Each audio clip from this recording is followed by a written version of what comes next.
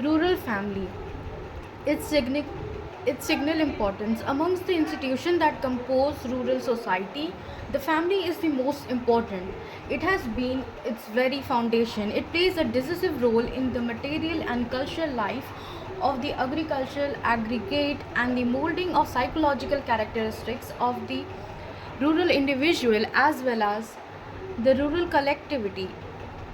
In fact, according to some thinkers, family and familism impress their stamp on their entire rural structure. Familism permeates it from top to bottom. A systematic study of rural family, of its structures, functions, evolution, and interrelations with other institutions of rural society is vitally necessary for the rural sociologist. The Indian rural society provides a classic field of the study of institution and rural family. Found within it are found many types and patterns of family organization which humanity has hetero evolved. Four main patterns of family organization. Professor Rivers has distinguished four types of institution which have been designated by the term of family, viz. The clan, matrilocal joint family, the patrilocal joint family, and the individual family composed of only parents and minor children. According to one group of sociologists, these four types reveal four main stages of evolution of the family form corresponding to four stages of evolution of society. The first type corresponds to the hunting and food gathering stage of the social evolution. The second to the phase of culture and the beginning of domestication of animals. The third, a classic type to the phase of agricultural economy based on the plow and domestication of animals. And finally, the fourth type to the modern industrial capitalist phase of human existence. As a result of the growth of the market economy in the agrarian area and the impact of urban socio-economic forces on the rural society, the last type is increasingly becoming predominant today. The Indian rural society provides a great laboratory to test this view, since it includes within its fold the relics of the clan as well as the matrilocal and the patrilocal families and the recent individual family group, also a methodical study of the structure and functions of these various family types and their correlation with the stages of civilization to which they correspond will throw a floodlight on the history of Indian humanity and will enable Indian historians to evolve a correct sequence of the developmental phases of the Indian society. Patriarchal joint family, its characteristics. In almost all fully developed agrarian societies, depending on plough agriculture, patriarchal joint family has been found to be the predominant family form in rural areas. Rural sociological Outstanding rural sociologists have made a close study of the characteristics of this type of family. They have observed the basic structural, psychosocial, and functional features of this type of rural family which distinguish it sharply from the urban family. They are as under: greater homogeneity. The rural family is far more homogeneous, stable, integrated, and organically functioning than the urban family. The ties binding the members of the former, which is the rural family, for instance, the husband and the wife, parents and children, are stronger and last longer than those in case of the urban family. A glance at the Indian countryside will collaborate this view. The Indian village still remains a cluster of joint families, though due to the number of historico-economic causes, the joint family has been exhibiting a tendency of slow but steady disintegration.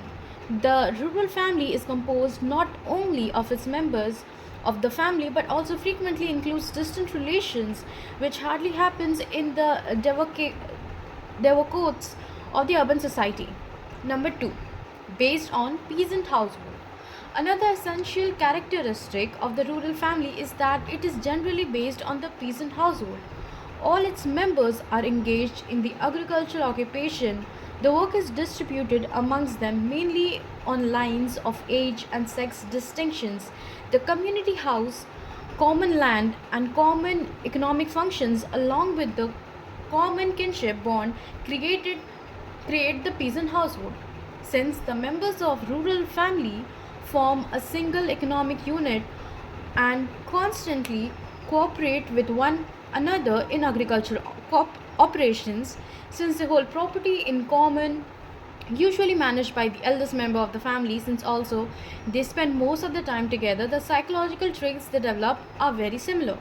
Number 3, greater discipline and interdependence. The rural family is characterized by greater discipline amongst its members than the urban family. Further, since there is considerably less state or public provision for meeting the educational, cultural, and social needs of the people in the rural area than the rural family attempts also to satisfy these needs of its members. It thus serves as a school, a recreation center, as well as a maternity or a non maternity hospital. Number 4, dominance of family ego. The interdependence of the members of the rural family and the dependence of its individual members on it are therefore far greater than in case of the urban family. This wheels its members into homogeneous, compact, egoistic unit, strengthens emotions of solidarity and cooperation amongst them, and fills them with family pride. They develop more collectivist family consciousness and less individualistic emotion. In a rural society, a family is discredited.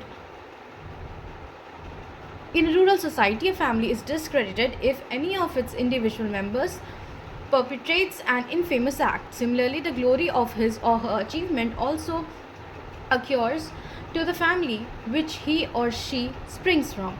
The urban family, in contrast to the rural family, is less authoritarian of the family even at the cost of their lives.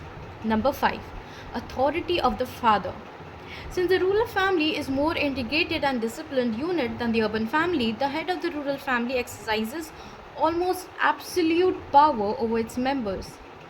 It is he who distributes the work of the peasant household amongst the family members on the lines of sex and age differences, arranges marriages for sons, daughters, nephew, and nieces, administers the joint family property according to his wisdom, and trains the youngest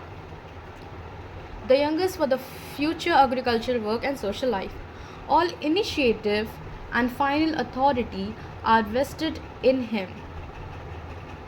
In fact, the head of the family has had the rights and authority to be the ruler, the priest, and the teacher, the educator, and the manager of the family. Thus, the family, though its head subordinates its individual members to itself, the latter are completely submerged in the family. Hence, they hardly develop an individual or personality.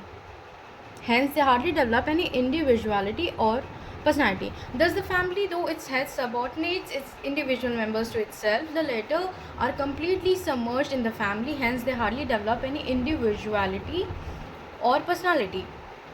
Such a family type can only be nursery for the growth of the family collectivism but not of individuality. The urban family, in contrast to the rural family, is less authoritarian but also less cooperative. This is due to the variety of reasons. First, it's not a single productive unit administered by the family head, since its adult members are mostly engaged in occupations unconnected with and outside the home. Further, educational, recreation, and the number of other needs of its members are satisfied by the extra family institutions like schools, clubs, and others. Property of its earning members to tend to be individual, since it is derived out of the extra family income, out of the extra family occupations. In the sphere of marriage also, its members are increasingly exhibiting independence and marry persons of their own choice. Number 6, closer participation in various activities. One striking feature of the rural family lies in the fact that its members, being engaged in the work connected with the peasant household, spend practically the whole day together. In contrast to this, the members of the urban family engaged in different occupations or being educated outside home spend only a small portion of the day together. Even their recreational centers, such as clubs and other, lie outside the home. Hence, the home becomes only a temporary night shield for the members of the urban family.